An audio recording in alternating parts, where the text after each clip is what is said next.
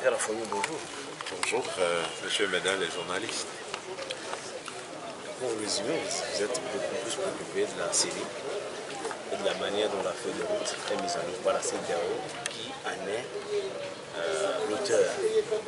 Qu'est-ce que vous reprochez à la CEDEAO? D'abord, je voudrais préciser que notre premier souci n'est pas nécessairement la CENI. Notre premier souci, c'est notre peuple. Un peuple qui vit dans la misère, un peuple qui voit son avenir en jeu, un peuple qui risque d'être exposé encore à la violence gratuite avec des morts, des blessés graves, des détentions de personnes innocentes qui ont défendu leurs droits. Et ce que nous reprochons à la CEDEAO, c'est par rapport à ça. C'est que les conditions qui doivent permettre à notre peuple d'accéder à la paix à travers la vérité des jeunes ne sont pas rassemblées.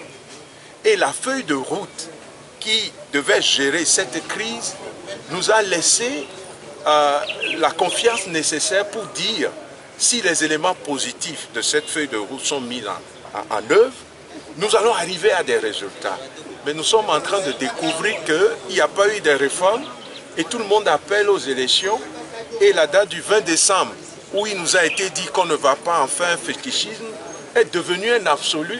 Et on demande à notre peuple d'aller tout droit comme ça dans le mur.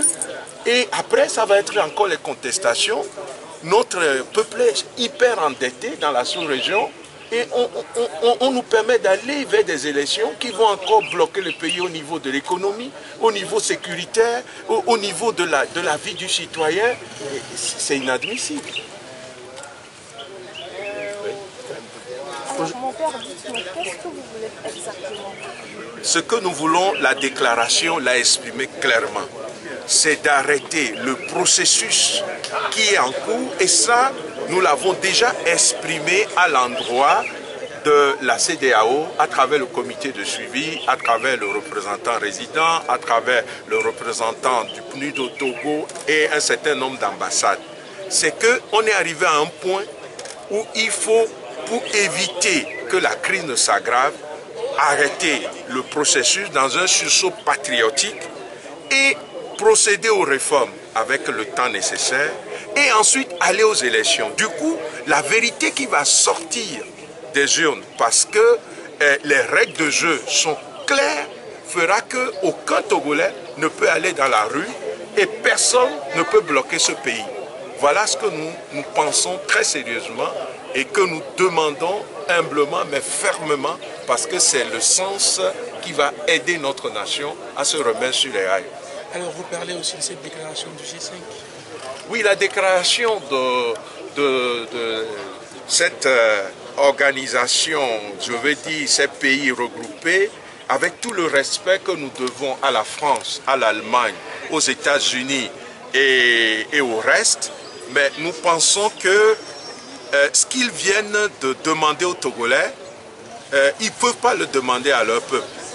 Nous pensons même que dans la sous-région ouest-africaine, ils ne peuvent pas demander ça aux Sénégalais.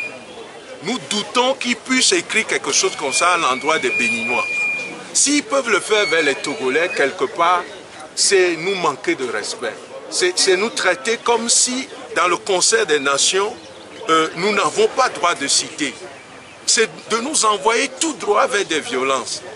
Et est-ce qu'ils seront là pour gérer?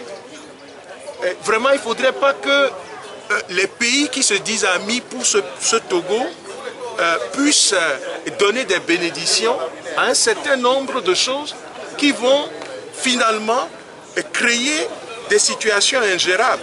Est-ce qu'on voudrait qu'on en arrive, je ne le souhaite pas, à des situations comme en Centrafrique et ailleurs, avant de rétablir la vérité et le droit? Vraiment, nous sommes étonnés par ce communiqué. Et nous estimons que ces pays doivent reprendre à l'endroit du peuple togolais ce communiqué qu'ils ont déposé, comme si au Togo, il n'y avait plus de citoyens et citoyennes capables de réfléchir et d'analyser. Ce n'est pas normal. Merci beaucoup. Je vous remercie.